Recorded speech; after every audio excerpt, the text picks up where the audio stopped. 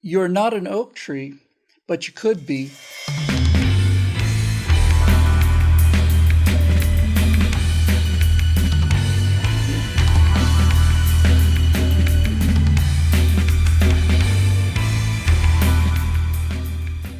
Hi, everybody. Welcome to the Virtue Signal. I'm Bill Whittle with my friend Alfonso Rachel, and we always try to find something interesting to talk about that may have something to do with politics, but hopefully on a deeper level than most of that. Zoe, I found out to my great dismay that P.J. O'Rourke had died just a couple days ago, and I'm doing this week's Moving Back to America show about that. But basically, it's absolutely certain that if it hadn't been for P.J. O'Rourke, I would not be here. I wouldn't be a conservative, not in the way I understand it. Certainly not. That particular thing is in another show.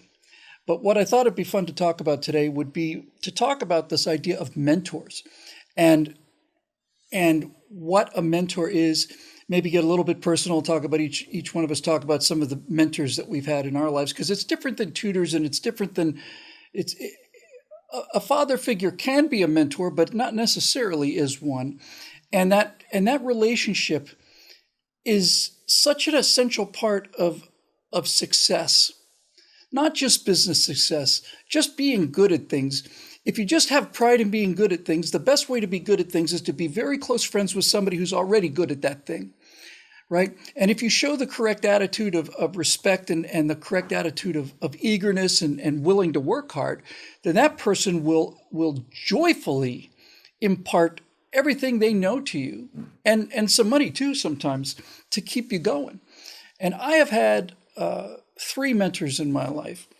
And P.J. O'Rourke was not exactly a mentor. He was just an influence. But the mentors, when I try to think about my life without these people, these 3 people, and I'm happy to talk about them in a minute, I can't imagine any possible way for me to be anything close to where I am now. I am utterly convinced that I would be a far, far inferior person if I hadn't met these people. Man, yeah, I remember mentor, like for me, I've had mentors that have shaped or planted seeds on how I think today, despite growing up in, California in the public school system and being in music and, being a person of color or being black. It's those kind of influences that they really were really impressionable. Despite where I had grown up, in terms of the way I think. I've had a mentor for my martial arts, which also was a basis to really substantiate the thought process that I was starting to come into, whether it came to my political views, my spiritual views and things like that. I didn't really have much of a mentor concerning one of the things that I really enjoy doing, and that's music. I really enjoy music. I didn't really have a mentor for that, and I didn't really grow up in a rich music community. And that's, I don't know, something that I feel like I kind of missed, like in terms of that. I'm trying to basically, recapture that. And I still haven't really tapped into a music community or a mentorship as far as that goes. And you're not dead yet, pal. Thank you. So that's still something I wouldn't mind tapping into at some point. I'll just go ahead and name names.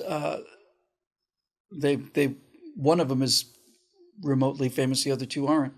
The 3 mentors in my life, the first one is a guy named Phil Trick, who basically was a moral beacon for me at a time when I was, in my early teens and just utterly confused, didn't see much of my dad and just really had no real idea of right and wrong and why something is right and wrong, and someone who cared enough to hold me accountable to these things.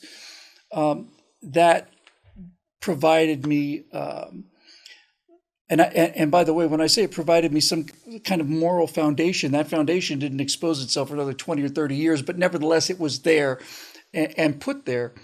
The second mentor I had was Jack Horkheimer, who was a star hustler, stargazer on PBS, the guy who had the astronomy show. He was bat guano crazy. He was a crazy man and exceedingly difficult to work with. It caused me enormous amounts of stress and everybody else around him too. But he let me start running planetarium shows when I was, 14. He let me start writing them when I was 15. That's the first time I ever wrote anything that got paid for. I started doing live lectures in the planetarium, which just helped me enormously with my speaking career. He believed in me, and he gave me a chance to live up to my potential. Yeah, man. And I remember, when I was around 7, 8 years old, a guy came into our lives, and this is like one of the first times, people start, using the words like talented or even gifted and trying to, it's like, I don't know where they get this thing gifted, from, but it's like, look, man, you got a gift. Even at your age, I can tell you got a gift. They're watering that seed, man. That's what it is mostly. Yep. Right. So he's watering the seed and telling me, it's like he's like telling me, I'm like a kid. I'm like 7, 8 years old. It's like, man, I can have a conversation with you that I could have with grown men. And I don't mean like talking about like, dirty conversations that, adult conversations. I'm talking about serious things. Yeah. Serious adult things. Yeah. Even politics, so he's talking to me at this point. And now I say that to say that this was the first Republican I had ever met. Right. And this guy that I had met, he had a huge, I'm only saying this not for any frivolous reason, but it's part of the story. He's a white guy. Right? Mm-hmm. We lived in the hood, man. We were in Delman Heights. I mean, that's not a nice neighborhood. Delman Heights in San Bernardino. He was, as far as I know, he was an engineer. And he moved, because he was doing some work in that area, he moved into the hood with us, right? Had a huge crush on my mom, who's black. And it's like, wait a minute, I thought Republicans were racist. Treated me and my sisters like we were his own kids. He had a son. He had one son. And his son was a homosexual. And he didn't approve of his son, but it was like, get out of my house, you queer. It wasn't like that either. No. So all these things that people would say about Republicans, the first Republican I ever met, he was none of those things. So he tried to, really cultivate in me, these values, patriotism, things like that. Through him, we learned about, he was in our lives for a little bit. Through him, I learned about the Navy Sea Cadet Corps, got into that. He tried to encourage me with the music, started me off in, martial arts and things like that. So he was a wonderful, godsend in our lives. And like I said, I was in California, and a lot of those things after he had passed away at some point, and the other influences like came in, but I still had that seed though. It's like I still understood some things and started to question the narratives of liberalism as I got older and stuff like that. Something that just doesn't add up, and those things were even like further substantiated. When I connected with my martial arts instructor, I took on another form of martial arts. And, he, showed me how these things not just apply in terms of going fisticuffs, but just how it applies in your life. You got to have that mindset of how you're going to basically fight through these things, and not just try to bludgeon your way through them, but to work these things into submission and get past it. So, these kind of mentors in my life, were a blessing to have. And even for myself to have been described as a mentor. Even people like you said, people that you haven't physically met have mentored you. People have told me, it's like, yeah, man, I've watched your content, man, and I consider you a mentor. I'm like, wow, you got low standards. No, I'm playing. I feel so. You must have a lot of time on your hands, But pass on what you know. Yep. That seed analogy is a really good one because, some people find themselves born into, better soil than others. What I mean by that is as they grow up as very young children, their parents are always telling them, hey, good job, you can be anything you want to, that kind of thing. Other people, no. But that idea of watering that seed, essentially what the mentor is doing is you got this person who feels like this little acorn, this little tiny thing that maybe can't do anything or so on.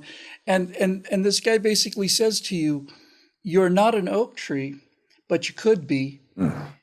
And when that question is asked to somebody and the response is, show me how, that's when the wheel really starts to turn. And the major mentor in my life was my friend Steve's dad. His name was Jerry Stipp. He died a few years ago, more than a few years ago now that I think about it. And I just want to tell his story because it deserves to be told. When I met him, I was friends with his eldest son, Steve. And this was the sleep over the years, where that's just what you did. You spent the night at a friend's house. And when I first met them, he had a family he had a wife and 4 kids, and he's trying to support them on a university professor's salary, which was probably 23 grand or something. And the family got together and said, do you want to have good food or do you want to live in a nicer place? Those are the choices. They said, we'd rather live in a nicer place. So I go over there for, sleepover. And then, the next morning we're having our cereal and they pour this gray water in the bowl, and I'm like, what is this? And they're saying, this is powdered milk because we can't really afford, real milk. Okay. That was a wake up call for me. So he and a partner developed a way to do carbon-14 dating that was all 3 of the, you can have it quickly, you can have it good, or you can have it cheap. He figured out a way to do all 3. Took it to the University of Miami. They said, no, not interested. So he risked everything, went out and started his own business with this. A year or 2 later, I see him driving a Toyota Supra, which was a pretty nice car at the time. And he went on to become a multimillionaire and built, just built houses because he liked designing them, and he just go out and build them, live in them for 10 or 15 years. And this guy not only gave me the money to make my first 16 millimeter films, and later gave me the money to start editing a TV show that I was doing. He was proud of the results, but he showed me that wealth was not something that you got. It wasn't like you got tapped on the shoulder by the money fairy, that it really came down to having a passion about something. And in virtually every other case I've known, the passion is not about making money. It's about doing something. And then the willingness to take the chance to get away from the safety net that is also keeping you down. And then nothing but hard work and persistence. And finally, the thing I learned most about him was that he enjoyed the money. He really enjoyed it. He didn't throw it around, and he was the least ostentatious person I've ever met. But when he's walking around a house that he's designed, he was happy all the time. And he was just a happy guy. And he took such good care of me and taught me so much. And I miss him very much. And that relationship is so important. It seems to me to be mostly male, but then again, I don't know what the female connection to that is. But at least in terms of my personal experiences, at least 3 times, and to a smaller degree, many other times, somebody has come along and seen something in you, seen potential in you, and if you have the courage to ask them for help, it's not easy either, and they do, your life blossoms. Yes. And I can understand where he's coming, what you're saying, when you got this person who's walking around and has this sense of joy. It's not so much that the money, people say money can't buy happiness. Sometimes it makes a great down payment though. But it's not about. It's the freedom. It's the freedom from worry and the freedom to do what you want to do. Well, and the thing is, and that's not necessarily absolute, because you got people out there who making long money, man, and they end up being suicidal, drug addicts, alcoholics. They don't feel complete. It's not about the money. Money can't buy anybody like true happiness. But like I said, but it's the thing that it's kind of like that validation, though. If a person's like walking around and he's looking at, yeah, I did this. It's not just the money, but the affirmation that other people can appreciate it, at least as somewhat to a degree as much as he did. It's like, wow, man, I'm looking at this and this isn't half bad. Now that's for me. That's my testimony to myself. This looks pretty good. And then you have that dollar vote that comes in and say, yeah, man, your stuff is good. I really enjoy. And, to be able to share what you've done with somebody else, where somebody appreciates your work, even enough to say, hey, man, here's my dollar, do some more. Right, where your work exactly. is like, and that in a sense is really gratifying. When it's like the thing that you put this effort into is like paying for itself. And like I said, it's not, ooh, I did this, I'm gonna make some more money. It's like, wow, people are giving me money because they dig what I do. That's the other half of it, man. It's like, it's like, hey, thank you, God. I've got this thing that is blessing other people, and I get to share. I get to share in that with other people, and that's that's a point where I think a lot of people just want to be. It's not, like I said, it's not just about the money. Just knowing that, hey, you really did what it is I'm doing. Thank you. Yeah, that's right. And that was always for me the ultimate endorsement. The ultimate kind of. I just hate this word so much. It's the only thing I can think of right now. It's the ultimate kind of validation, because here's a guy who took a risk on me repeatedly.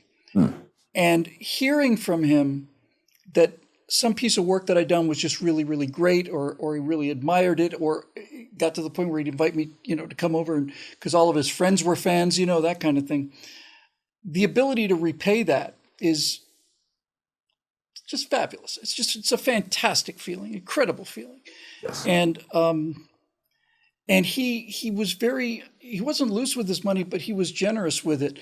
I had to borrow some money from him for a while, and in some really lean times. And there were times when I couldn't make the entire payment that I'd agreed to. And sometimes I'd have to send him a quarter of it, but I sent it every single month. And I never missed a payment. And he told me late in life that he had to, when you're wealthy, people are constantly coming up for you for money, and just constantly.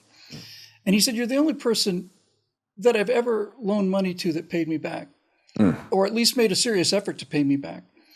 And I was about halfway through the money I owed him when he died, and one of the things he mentioned in his will was just forget about the rest of it. And I was exceedingly proud of that, and I still am. As I have had made some very bad decisions in my life, and some very good ones too. But I was proud of that, and I was especially proud of it to hear that no one else had done that, because that payment to me was my top priority. That was above my rent. Yeah. That I did not want to default on that relationship. Indeed, man. And right there, that's the Lord all day. We owe a debt that none of us can pay. We'll never pay that debt. He's like, I got you, right? It's like, I got you on this. All I'm asking is that believe who I say I am. That's all it's going to cost you. Just believe who I say I am. And, we know what it's like, to have a debt that, man, I don't know if I could pay that off. And then the relief of somebody just forgiving the debt, and what a blessing that is. And to be able to do that to somebody else. I've had somebody ask me to loan them money. And I don't loan money. I told this person, I'm not going to loan you any money, but I'll give it to you. Right. I don't want to be, because, it's like one of those things where I see that this person may owe money to this, to they're delinquent on a car payment, and, and their cell phone payments and stuff like that. And they're asking us, okay, well, if you're not paying them back, chances are you ain't going to pay me back either. Right. Yeah. So I'm not going to loan you any money, but I'll give you money. But I'll tell you what, I'll give you this money, but you can't ask me for any more money unless you pay this money back. Yeah, there you go. Right? Now, any money that you save up trying to pay me back, or any that you would try to make a loan with, just keep that. and get yourself out of the situation that you're in where you don't have to ask people for money. But I'll give it to you, but I don't want it to be like, okay, I'm waiting for you to loan me my money back. No, it's a gift. Go ahead, just take it, right? But get yourself out of this. That's how you can repay me, is get yourself out of this situation, right? That's how you can repay me. And if you ever want to get money anymore, present me with what I loaned you in the first place, because that'll show me that you've gotten yourself out of the situation. You know, it's almost like that movie Friday. What was that movie Friday? He said, Mom, can I get $200? And she's like, well, if you need $200, get a job. Well, if I had a job, I wouldn't need $200. Exactly. I had a friend who wasn't really a mentor, he was just a friend, but you were talking about repaying stuff. And during the really lean years of my life, I ended up borrowing just little amounts of money that probably ended up being like 10 grand, something in that neighborhood, 10 or 15 or something, over the course of 20 years, right? And then when things started to finally happen for me, I had a chance to pay him back every penny of that. And then when I got my first new car in my life, I had a really good used car, and I just gave it to him because he needed it. He had a van that was really not behaving. It's I just, here, this is yours, and thank you. And being able to repay a debt it's a fundamental form of contentment and the good kind of pride, you know, the kind of thing that makes you feel a little better about yourself, or maybe a lot better about yourself, the kind of thing that makes you think if you keep this up, you're in some danger of going to heaven, you know. Indeed, man. And that's not a place where you want to be. And that is not, based on merit. It's not based on how good a person thinks that they've done or merits they've stacked up for themselves or anything like that. It's a gift. It's on grace. That in itself is the hard work. Can you do the mental work to say that this was given to me by grace? And have the faith in that. That actually takes a lot of work, for some people. Yeah. And it's not like you have to repay it, but on some level you have to be worthy of it. That's why I think that line at the end of Saving Private Ryan was just so powerful. He's basically lost its entire squad, 15 guys killed to get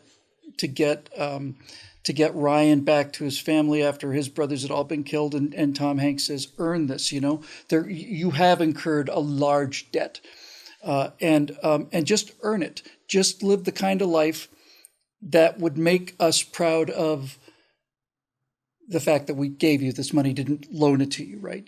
That you lived up to your potential stuff. Indeed. So of the three mentors I've had, two of them have died, Jack Horkheimer and Jerry Stipp. The third one's watching this show now. Hey, Phil. Hey, Bobby. How you guys doing? And I'm grateful, enormously grateful to them. And I'm also enormously grateful to the other people that make me sitting in this chair possible. And that is the members at BillWhittle.com who, of their own free volition, step up and pay for things that they could get for free. And those are the kind of people that make this world worth living in, and the abundance of those kind of people is what made this country so great. And for those people, I'm exceedingly grateful as well. That'll do it for this edition of The Virtue Signal, again, made possible by the members at BillWhittle.com. If you want to join the crowd, there's a link below. And if not, that's okay too. For Alfonso, Rachel, and myself, we'll see you next time here on The Virtue Signal.